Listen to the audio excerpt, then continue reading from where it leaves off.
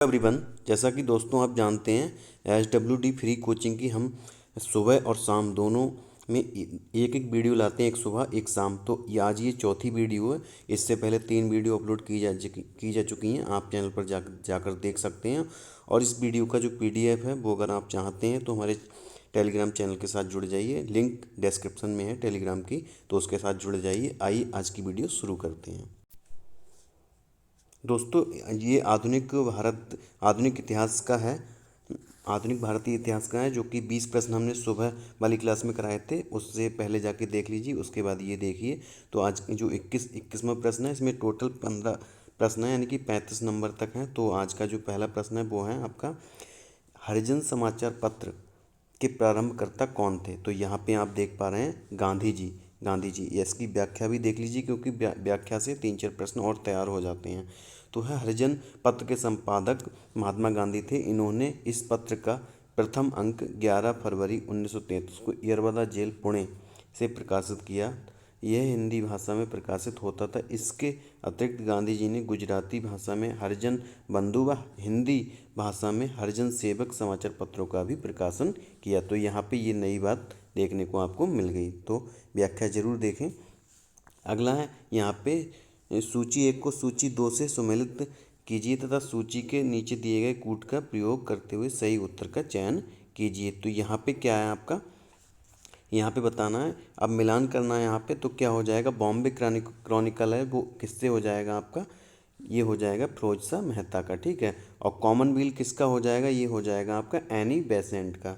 और लीडर की अगर हम बात करें तो लीडर हो जाएगा आपका मदन मोहन मालवीय। और सर्च लाइट का हो जाएगा सच्चिदानंद सिन्हा, ये हो जाएगा।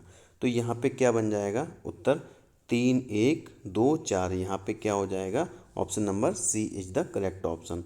यहाँ पे जो हमने बताई है वही है व्याख्या में, तो ये छोड़ देते हैं। आगे, ब्रह्म समाज का सिद्धांत किस पर आधारित है? तो किस पर आधारित है, अद्वैतवाद पर आधारित है। इसकी व्याख्या देख लेते हैं। ब्रह्म समाज की स्थापना 20 अगस्त 1828 ईस्वी में राजा राम मोहन राय द्वारा कलकत्ता में की गई। इससे हिंदू धर्म का प्रथम सुधारवादी आंदोलन माना गया। ब्रह्म समाज का स्वरूप भारतीय था और इसे अद्वैतवादी हिंदुओं की संस्था कहा जाता था। राजा राम मोहन राय एकेश्वरवाद में विश्वास करते थे तथा उन्होंने मूर्ति पूजा एवं अवतारवाद का विरोध किया। उनके उपदेशों का सार सर्वधर्म समभाव था, ठीक है। आगे चलते हैं। अगला है, निम्नलिखित में से किसने 1872 ईस्वी में नेटिव मैरिज एक्ट को पारित कराने में महत्वपूर्ण भूमिका निभाई? ऑप्शन देख लेते हैं इसके। तो ऑप्शन है इसमें, तो जो सही आंसर है वो क्या हो जाएगा, केशव चंद्र सेन।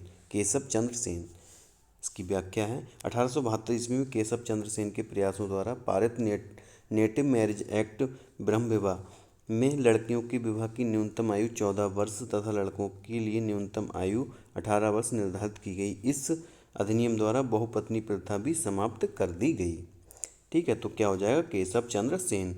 अगला है आपका, निम्न में से सही सुमेलित है। तो सही सुमेलित कौन सा है, जो कि आपका जो पिछली परीक्षा हुई थी SWD फ्री कोचिंग की, उसमें ये वाला प्रश्न आया था। The servant of India society किसके द्वारा है, ये है गोपाल कृष्ण गोखले। यही प्रश्न आया था आपका पिछली परीक्षा में, ठीक है। तो ये सही सुमेलित है। आगे देख लेते हैं। तो रानाडे के शिष्य गोपाल कृष्ण गोखले, जो कि किसके गुरु थे आपके, किसके राजनीतिक गुरु थे, महात्मा गांधी के राजनीतिक गुरु थे गोपाल कृष्ण गोखले। और इनके गुरु थे रानाडे, ठीक है।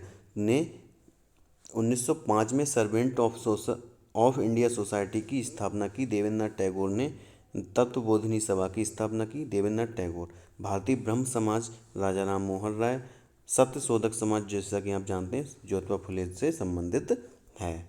अगला प्रश्न है, रामकृष्ण मिशन की स्थापना किसने की थी? तो किसने की थी, स्वामी विवेकानंद। जैसा कि आप सब लोग जानते हैं इसको, तो ये हो जाएंगे स्वामी विवेकानंद। इसमें इसकी व्याख्या 1897 में ईस्वी में स्वामी विवेकानंद ने रामकृष्ण मिशन की स्थापना की थी। सर्वप्रथम मठ की स्थापना कलकत्ता के समीप बारा नगर में की गई थी। तत्पश्चात बेल्लूर यानी कि कलकत्ता में मिशन की स्थापना की गई। मिशन का द्वितीय मठ अल्मोड़ा में मायावती में स्थापित किया गया है। दोस्तों, जिसने भी चैनल को सब्सक्राइब नहीं किया है वो चैनल को सब्सक्राइब कर लें, क्योंकि हमारी ये वीडियो SW की जब तक परीक्षा नहीं हो जाती तब तक आपको कंटिन्यूसली मिलती रहेंगी। एक सुबह और एक शाम वीडियो डेली मिलती रहेगी। और हम प्रीवियस ईयर भी कराएंगे जैसा कि हो पाएगा।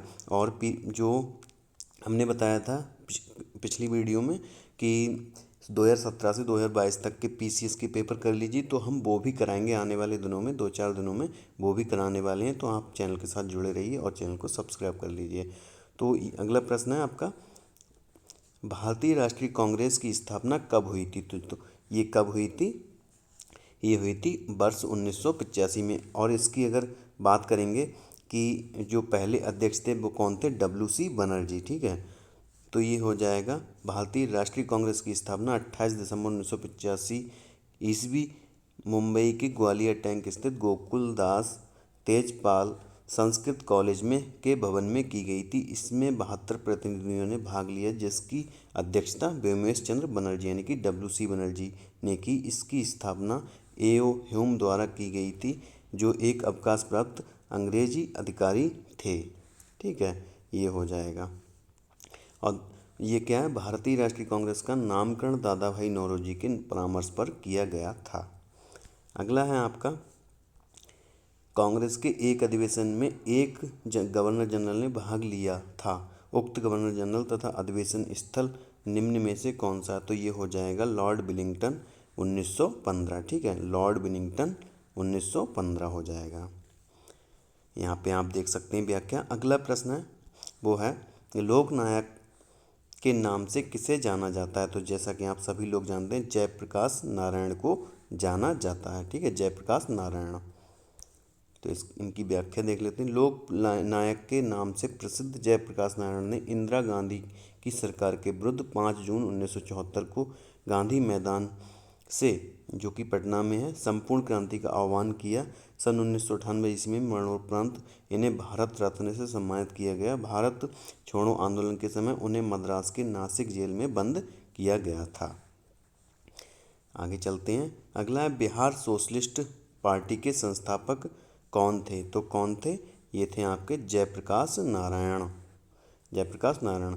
जयप्रकाश नारायण बिहार सोशलिस्ट पार्टी से जुड़े थे। 1931 ईस्वी में बिहार सोशलिस्ट पार्टी का गठन गंगा शरण सिंह, रामवृक्ष बेनीपुरी और रामानंद मिश्र आदि ने किया था। अगला प्रश्न है, 1905 ईस्वी में बंगाल विभाजन किस वायसराय ने किया? तो किस वायसराय ने किया था? लॉर्ड कर्जन ने किया था।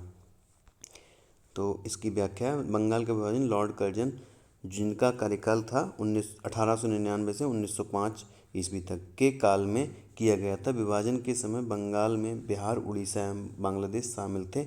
इसके निर्णय की घोषणा 20 जुलाई 1905 ईस्वी को की गई थी तथा यह 16 अक्टूबर 1905 से लागू हो गया। तो ये प्रश्न आ सकता है कि जो बंगाल विभाजन लागू हुआ था वो कब हुआ था?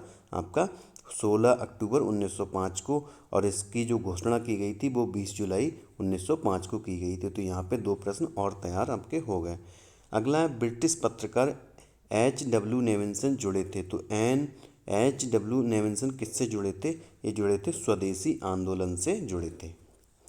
ठीक है, अगला है, निम्नलिखित में से कौन सुमेलित नहीं है? तो कौन सा सुमेलित नहीं है? यहाँ पे ऑप्शन यहाँ पे डी दिख रहा है, लेकिन डी नहीं है, सी है यहाँ पे जो सुमेलित नहीं है। ठीक है, तो यहाँ पे देख लेते हैं व्याख्या इसकी।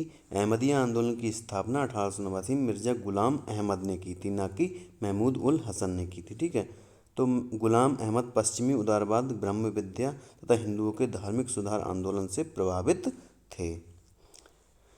और आज का 34 नंबर प्रश्न है वो है, जिया तरंग आंदोलन कहाँ प्रारंभ हुआ? तो ये हुआ था नागालैंड। ठीक है, नागालैंड में। नागालैंड की राजधानी क्या है? कोहिमा है। ठीक है, जिया तरंग आंदोलन सविनय अवज्ञा आंदोलन के दौरान मणिपुर में प्रारंभ हुआ। इस आंदोलन में जनजातियों की सक्रिय भागीदारी थी। इस आंदोलन के नेता यदुनांग को सरकार ने 29 अगस्त 1931 को फांसी की सजा दे दी। उसके बाद इस आंदोलन का नेतृत्व नागा जनजाति की महिला गैर्डिनलियू ने किया।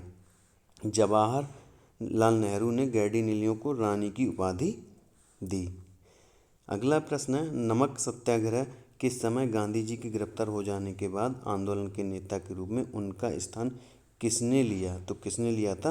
अब्बास तैयब जी ने लिया था। ठीक है, अब्बास तैयब जी ने लिया था। अब है नमक सत्याग्रह के समय गांधी जी की गिरफ्तारी के तत्पर, तो यही वाली बात है जो हमने अभी बताई है।